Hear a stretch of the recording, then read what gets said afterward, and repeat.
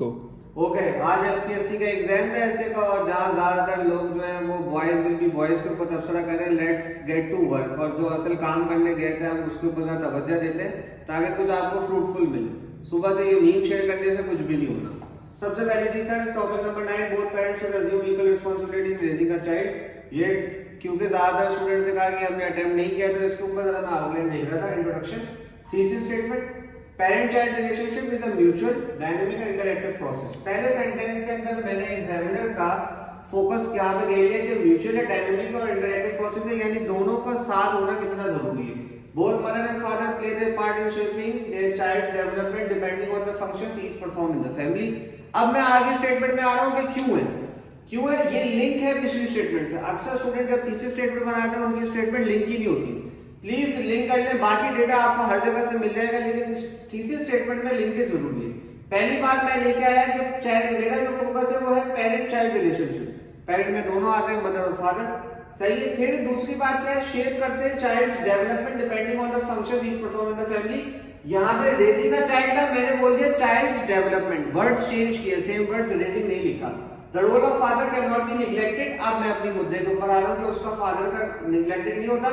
As studies have shown that they play instrumental role in disciplining children, यानी जहाँ पे discipline करना, control करना कि how to react in society and providing income, जो दो ब्रेड विनर वाली बात है, while mothers are involved in expressive role.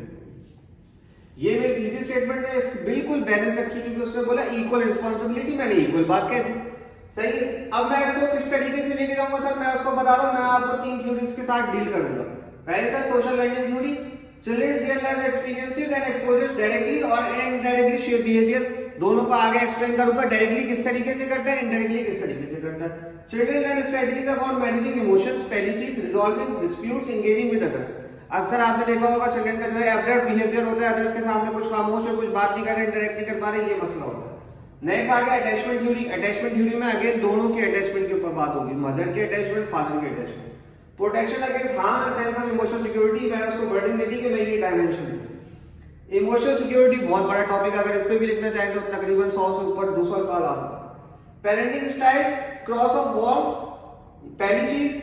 Next है कॉन्फ्लिक्ट एंड कंट्रोल, तीसरी डायमेंशंस, यानी इन दोनों को मिला के, यानी क्रॉस ऑफ वार्मथ और कॉन्फ्लिक्ट एंड कंट्रोल के हिसाब से मैं 3 डायमेंशंस पे आ रहा हूं, अथॉरिटेरियन, परमिसिव, डिसएंगेज। यानी अगर ये पेरेंटिंग स्टाइल है, कुछ पेरेंट्स होते हैं अथॉरिटेरियन होते हैं, बच्चे क्या होते हैं ट्रेडिशनल स्टाइल में, ये होता है अथॉरिटेरियन, ये करना है, ये नहीं करना है। अब बच्चे क्या कहते हैं, नहीं हमें ऐसा नहीं चाहिए, हमें चाहिए परमिसिव। परमिसिव के अंदर क्या होगा, कंट्रोल क्या हो जाएगा आपका, कम हो जाएगा, क्रॉस ऑफ वार्मथ ज्यादा हो जाएगी। अथॉरिटेरियन के अंदर क्या होगा, वार्मथ कम हो जाएगी आपके पास, कॉन्फ्लिक्ट एंड कंट्रोल जो है कंट्रोल की बेसिस ज्यादा हो जाएगी।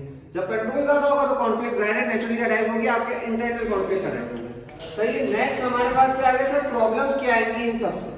Problems and both are not involve, मैं ये बात कह रहा हूं क्योंकि यहाँ पे जैसा बोले I am in support of this topic, मैं अपनी थीसिस स्टेटमेंट से नहीं हिल रहा। पहला सर क्या है, एग्रेशन एंड डेलिक्वेंसी, इसकी बहुत सारी एग्जांपल्स हम लोग दे सकते हैं, सही है। Depression, anxiety and internalising problems, ये दूसरी और तीसरा कॉग्निटिव एंड एजुकेशन आउटकम, बच्चों के ग्रेड्स कम हो रहे हैं, क्या नहीं हो रहे, उनकी मेंटल डेवलपमेंट पे इश्यूज आ रहे हैं। Self esteem and identity issues, ये इतना बड़ा टॉपिक बन चुका है आजकल कि सिर्फ सेल्फ एस्टीम के ऊपर लोग बोलते हैं कि who we are. Teenagers are unable to define this, क्या भाई हम क्या है, जब तक कि both parents are not involve, single mother single parent में बहुत इशू आता है। Next health and biological development, immune system, biological development, psychological development, सबके इश्यूज हैं। Social confidence and clear relationships के साथ इश्यूज होते हैं, जल्दी डर जाएंगे, जल्दी ओवर रिएक्ट कर जाएंगे, सही है। They don't know how to react when the others are there, किस तरीके से रिएक्ट करना है, कैसे दोस्ती करनी है, कैसे नहीं करनी, बहुत सारी प्रॉब्लम्स हैं। ये एक एक बात जो है वो एक एक पैराग्राफ भी अगर आपकी बन जाती है तो बहुत सारे सोशल डायमेंशंस।